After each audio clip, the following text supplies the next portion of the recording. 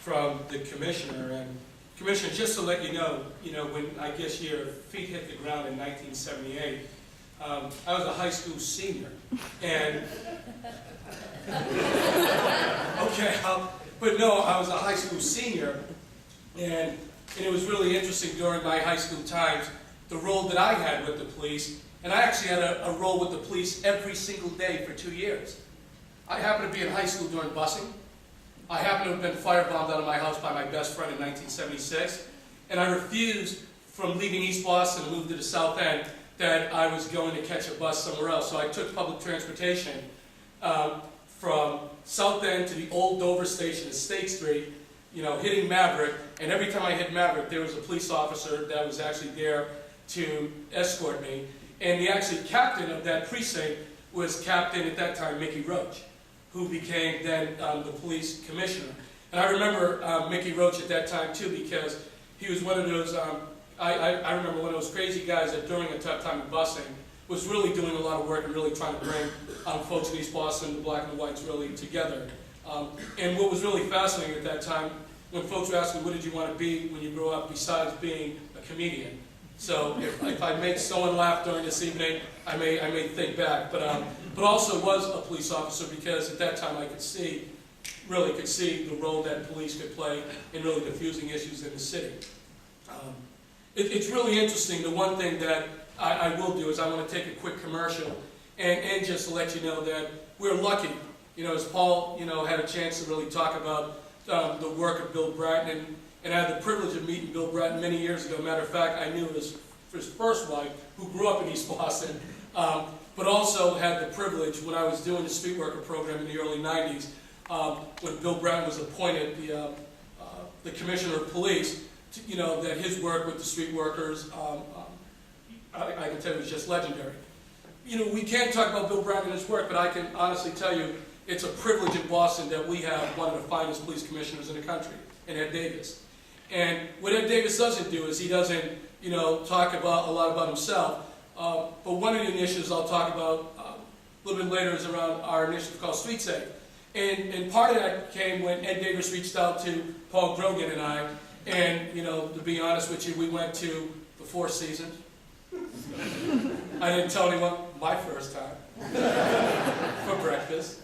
It was pretty cool too. I was like, and Paul hasn't taken me back since. So, but we had our first meeting there. It's a lobby right now. But we had our first meeting there. There was something that the commissioner said. He says, we can't deal with this issue of youth violence by just arresting our way out of it. And one of the things that we need to really take a look at is how do we get workers back on the street during the hours of where the violence and the issues are occurring, as well as those street workers that could work with, at that time, impact players, high impact games, and games and really making a difference. And that conversation actually has led to this initiative called Street Safe, again, that I'll allude to. But it's really interesting when I start to think around what happened in the 90s. And I was just, really making some notes. I remember 1989. 1989, when we had 152 murders. But what I remembered more than the number of murders was the constant shooting, and I used to call it the OK Corral. It just seemed everywhere you went, shootings and shootings and shootings, and you happen to know everybody. Somebody who lost a brother, someone who lost a sister, somebody who was dropped, and all of a sudden you start building, amongst yourself, this whole, fear amongst yourself of where you're going to go and who you're going to bump into. And then in actually 1990, I had the privilege at that time, Mayor Ray Flynn said he had this idea.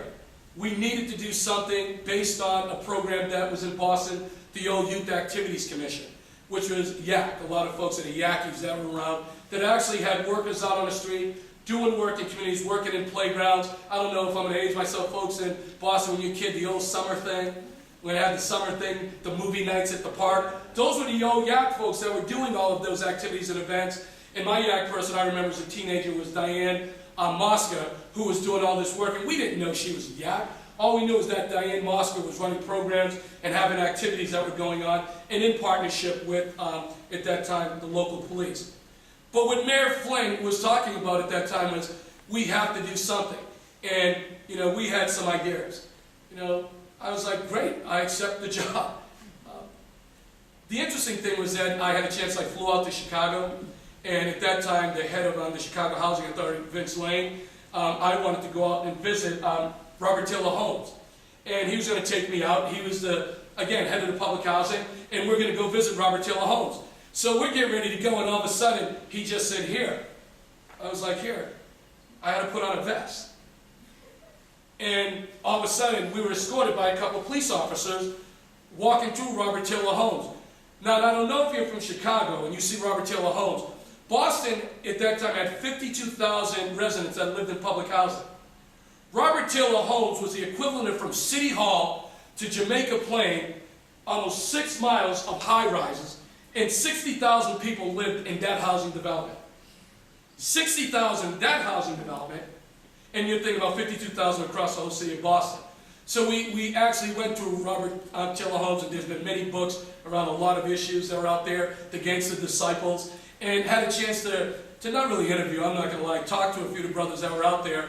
And one of the things that seemed to be constant with that, it was if somebody was there, would their life have changed?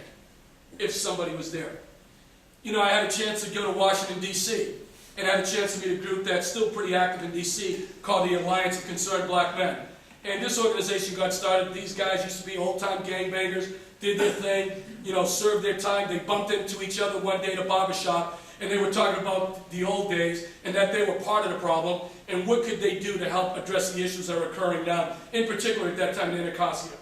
And then they decided, let's come together as an alliance of these concerned black men to start an organization. Now they're actually replicating, doing unbelievable work in D.C.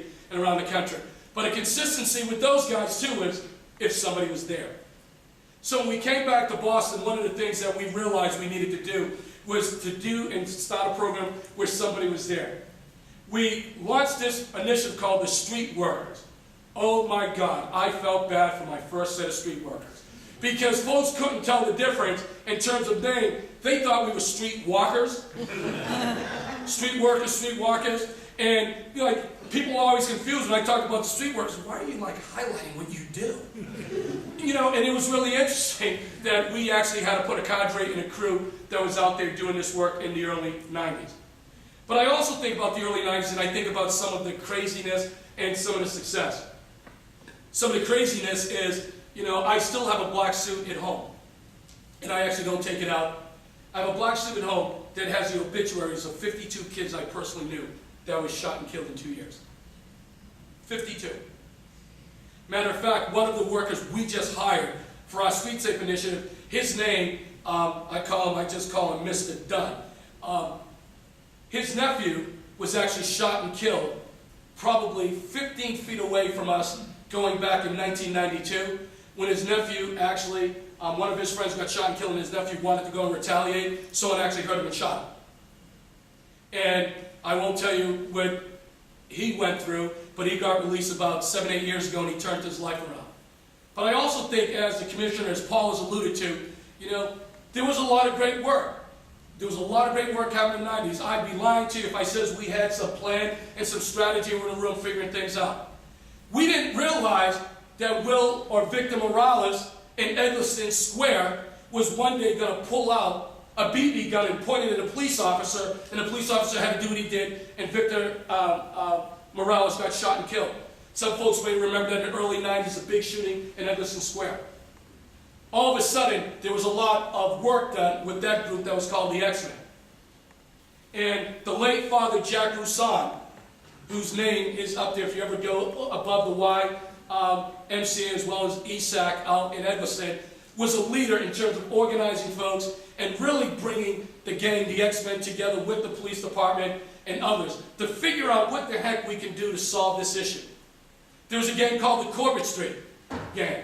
Everybody wanted to be like Corbett Street, and the brother who ran that gang was called JT. To this day, I see JT. He did his 14 years. He got busted with 438s. He did his time.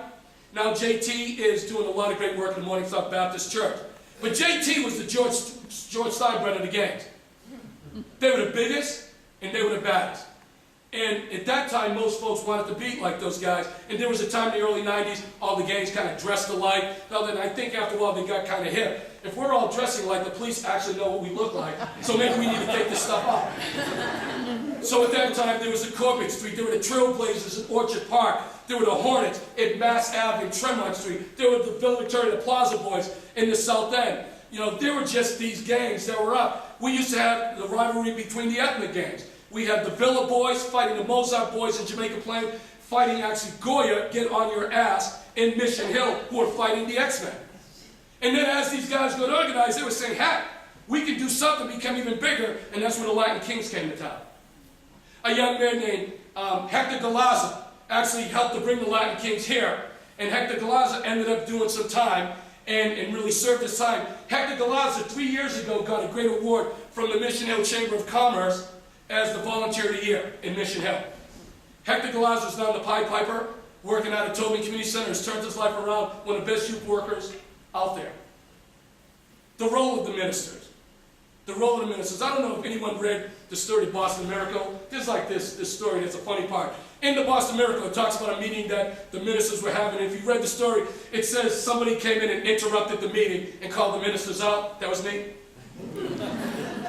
You know, Ray Hammond likes to say that. That was me. And basically, no, true story.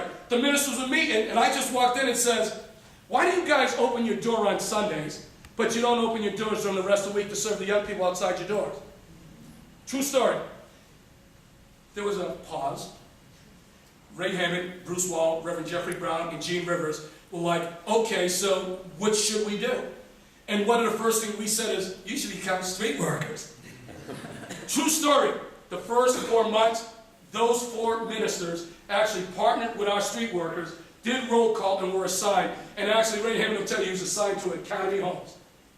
And all of a sudden, what was happening was you started getting the faith base, you were getting to work in the role of the police, you were getting the civic organizations, the crime watch groups were just instrumental during the 90s that were really coming together, really looking to address this issue around the youth violence that was happening in the neighborhoods. One of the things with the crime watch groups that I tell folks that was pretty interesting is when the crime watch groups would actually come out and sit down, it was really fascinating when they were actually being able to see their nephews, or their sons, or their best friend's child. And if you start to think of those young folks, what do you think they did when folks started sitting around? They became someone else's problem because they had to find that next block to really deal with the issues. And as Paul was alluding to, the role of the criminal justice system and so many others that came together. I guess when I look at that, I think that we had this great infrastructure. And some people ask the question, what happened to the 90s? Did folks go to sleep? Yeah, a lot of things, people moved on, a lot of things changed. But one of the things that I think was that what we lost was that infrastructure that we had. We had an infrastructure that was successful. For a period of 18 months, no child under the age of 16 was murdered in the city. That's a fact. And there was this infrastructure of all these different entities that were working together. So as we jump to where we are now, and I say this with respect, honestly, that we have a commissioner who knows this, understands it, walks this, and lives this. That we have been working with him as a pioneer of looking at an initiative to take the best practices of the 90s, take the best practices from throughout the country, and really bringing that back to Boston that we have launched called Street Safe Boston. It is an initiative of the Boston Foundation in partnership.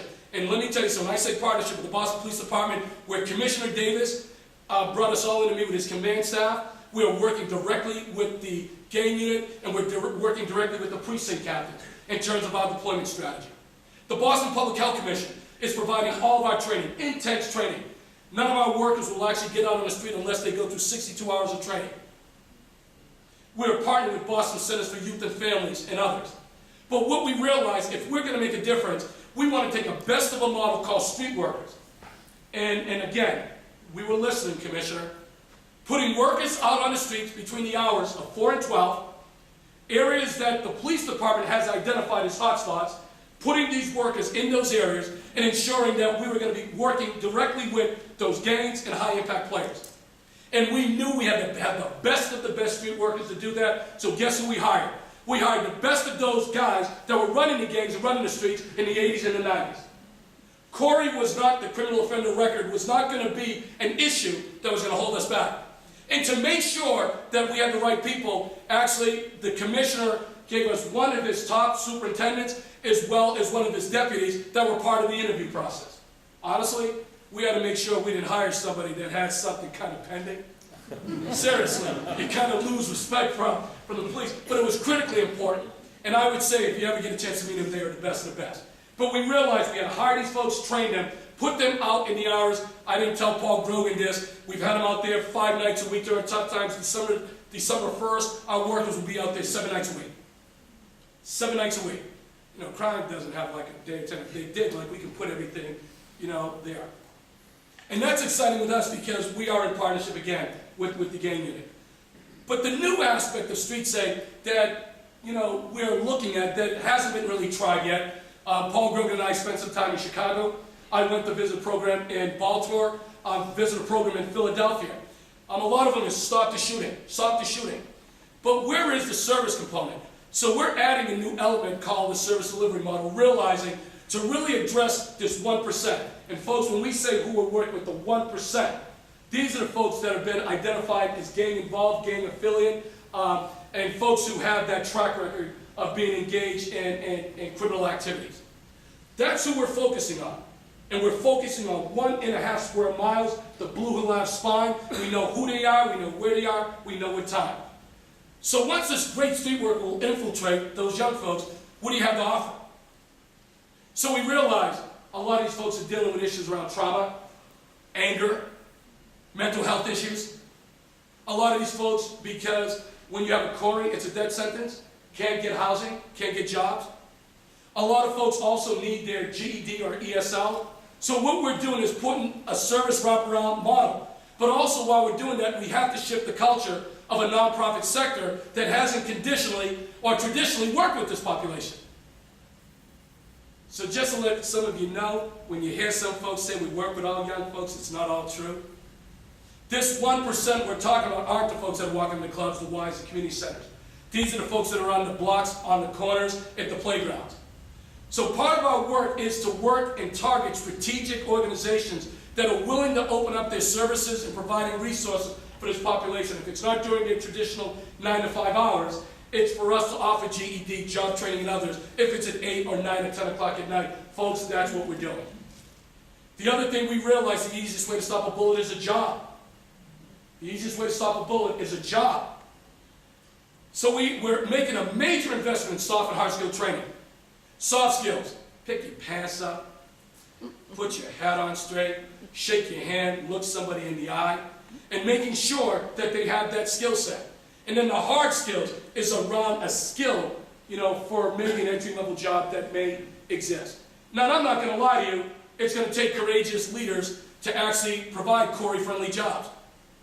Because a lot of folks aren't really interested in this population in terms of work. And we're putting a lot of time and a lot of energy into that. But what we realize, if we're asking these young folks to put away the weapons and stop the violence, we have to give them something in return.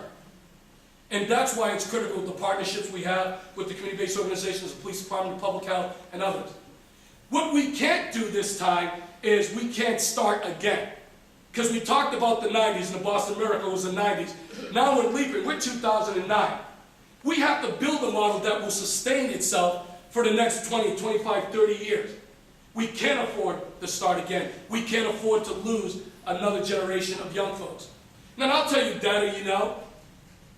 1 out of 15 African American men in our country are incarcerated. 1 out of 9 African American men between the ages of 20 and 34 in our country are incarcerated. So those numbers kind of shock you. I ask you, where's the other 8?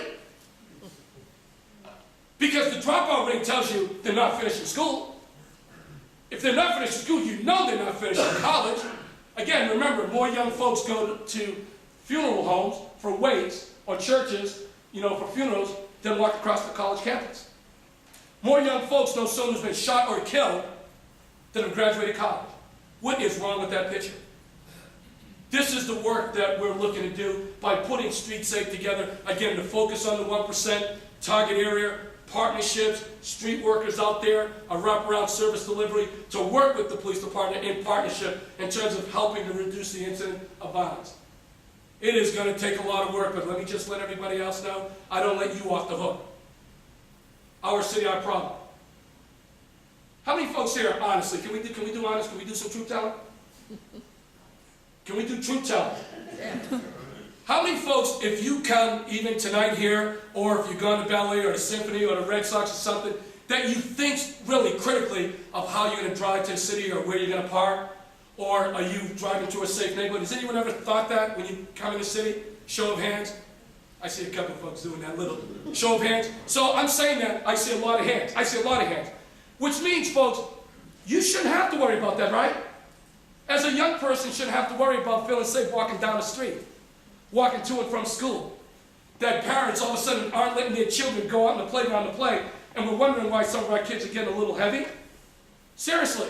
So this issue has a direct impact on obesity because kids aren't in playgrounds playing. It has a direct impact on kids getting educated because the fear of walking to and from school. It has a direct impact on neighborhood stabilization if folks don't feel safe. If folks don't feel safe and they want to put their homes out. So we all have to think about what is the role that we must play in addressing this issue.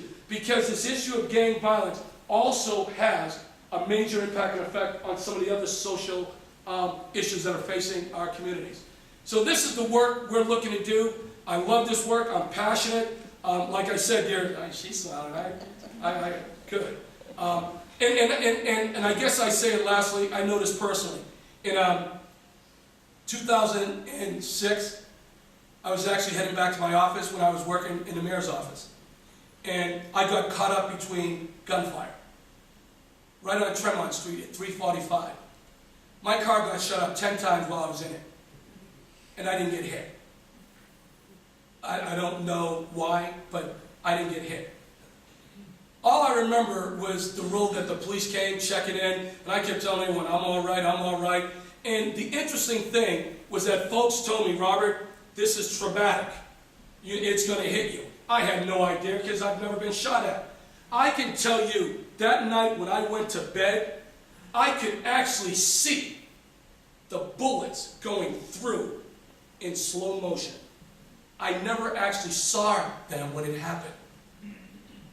But I could see the bullets going through in slow motion and missing me. And then I asked everyone, please don't call my family. Please, let me tell them. And to go home, and to see my son and daughter walk out and say, I want to see the car. And to see their expression when they seen the car of 10 bullet holes in a car, that their father was in. All these years, folks, I knocked on doors and told parents they lost their child, knocked on doors and told folks what we needed to do. I will tell you in 2006, it was always real. It became real. Because for someone who I thought was doing the right thing in the community, in an instant, I could have been gone. Just by getting caught in the crossfire. So this is real. No one needs to get caught in the crossfire. No one needs to be shot at. The police commissioner will tell you better than anyone we have the strictest gun laws in the country. We have to deal with this. But it's going to take all of us that come together to really work on this issue because this is a beautiful city. This is a great region. This is a great commonwealth that we all should, feel very safe to live in. So again, there's a lot of work to do. I am happy that I had the privilege and the opportunity to say hello to you tonight. Barry, thank you for who you are. Paul Grogan, again, I ain't sucking up because I work for the guy. But think that the Boston Foundation, honestly, the Boston Foundation made a $5 million commitment to this issue. The Boston Foundation made a $5 million commitment to this issue. Because as Paul Grogan has said publicly, during the toughest economic time probably in our country, that this is important enough for us to resolve this. So again, a lot of work to do. Thank you for listening. And I know we'll have a break and then we'll have questions and answers. Thank you.